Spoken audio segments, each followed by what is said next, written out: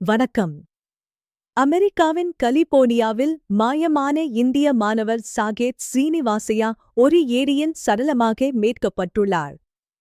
இது குறித்த முழுமையான விவரங்களை இப்போது பார்ப்போம். பெர்க்லி மலைப்பகுதியில் உள்ள லேக் அன்சாவில் 6 நாட்கள் தீவிர தேடுதலுக்குப் பிறகு சாகேத்தின் உடல் கண்டெடுக்கப்பட்டது. பிப்ரவரி 9ஆம் தேதி அவர் மாயமானதாக புகாரளிக்கப்பட்டது. அவர் கடைசியாக காணப்பட்ட இடத்திலிருந்து சுமார் 1 கிலோமீட்டர் தொலைவில் உள்ள ஒரு வீட்டின் வாசலில் அவரது பாஸ்போர்ட் மற்றும் லேப்டாப் கண்டெடுக்கப்பட்டன. இது தேடுதல் வேட்டையே ஏரியை நோக்கித் திருப்பியது. 22 வயதான சாகேத் உலக புகழ்பெற்ற கலிபோர்னியா பல்கலைக்கழகம் பெர்க்லியில் முதுகலை பட்டம் பயின்று வந்தார். அவர் படிப்பு மற்றும் ஆராய்ச்சியில் ஒரு சிறந்த மாணவராக திகழ்ந்தார். இவர் அங்கு வேதியியல் மற்றும் உயிரியல் மூலக்கூறு பொறியியல் துறையில் ப்ராடக்ட் டெவலப்மெண்ட் திட்டத்தில் படித்து வந்தார். இவரது கல்விப் பயணம் பல சாதனைகள் நிறைந்தது. கர்நாடகாவின் துமகுருவைச் சேர்ந்த இவர் சென்னை ஐஐடியில் வேதியியல் பொறியியல் பட்டம் பெற்றவர். 2025-இல் அங்கு தனது இளங்கலை படிப்பை வெற்றிகரமாக முடித்தார். ஹைப்பர்லோ குளிரூட்டும் முறைக்கான ஒரு புதிய கண்டுபிடிப்புக்கு இவர் காப்புரிமையும் பெற்றுள்ளார். இது இவரது தொழில்நுட்பத் திறமை மற்றும் சமூக அக்கறைக்கு ஒரு சான்றாகும்.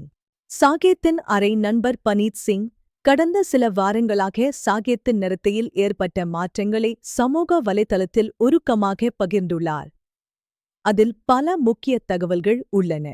சாகேத் கடந்த 2 வாரங்களாக சரியாக சாப்பிடவில்லை என்றும் சிப்ஸ் மற்றும் குக்கீகளை மட்டுமே சாப்பிட்டு வந்ததாகவும் பனீத் வேதனையுடன் கூறியுள்ளார்.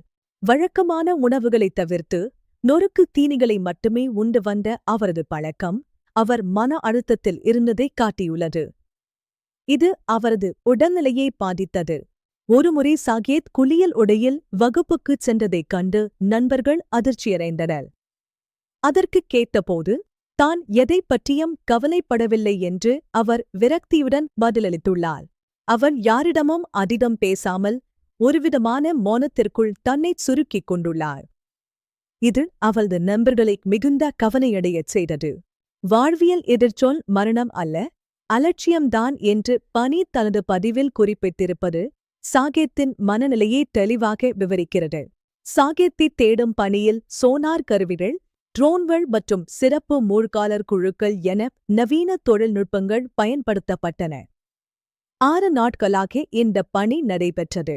உள்ளூர் இந்திய சமூகம் மற்றும் சக மாணவர்கள் என பலரும் இந்த தேடுதல் பணியில் தன்னார்வலர்களாக பங்களித்தனர்.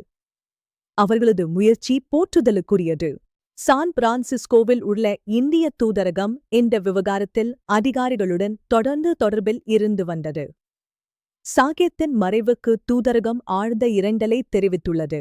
சாகேத்தின் உடலை இந்தியாவுக்கு கொண்டு வர தேவையான அனைத்து சட்டப்பூர்வ ஏற்பாடுகளையும் தூதரகம் செய்து வருகிறது. இது தொடர்பாக தீவிர பணிகள் நடைபெறுகின்றன. கர்நாடகாவில் உள்ள அவரது பெற்றோர் மிகுந்த சோகத்தில் உள்ளனர். தங்கள் மகனை நேரில் பார்க்கும் வரை அவர்களால் இந்த துயரச் செய்தியை ஏற்க முடியவில்லை. அவர்கள் அவசர விசா மூலம் அமெரிக்கா செல்ல முயற்சித்து வருகின்றனர். அவர்களுக்கு தேவையான தூதரக உதவிகளை இந்திய அரசு முன்னுரிமை அடிப்படையில் செய்து வருகிறது. மரணத்திற்கான உண்மையான காரணம் குறித்து கார்னர் அலுவலகம் விசாரணை நடத்தி வருகிறது. சதிவேலைக்கான ஆதாரங்கள் ஏதும் தற்போது வரை கண்டறியப்படவில்லை என்பது குறிப்பிடத்தக்கது. இந்த துயரச் சம்பவம் வெளிநாடுகளில் கல்வி பயிலும் மாணவர்களின் மனநலம் குறித்த விழிப்புணர்வை மீண்டும் ஒருமுறை உலகிற்கு வலியுறுத்தியுள்ளது. இது மிகவும் கவனிக்கப்பட வேண்டிய ஒன்று.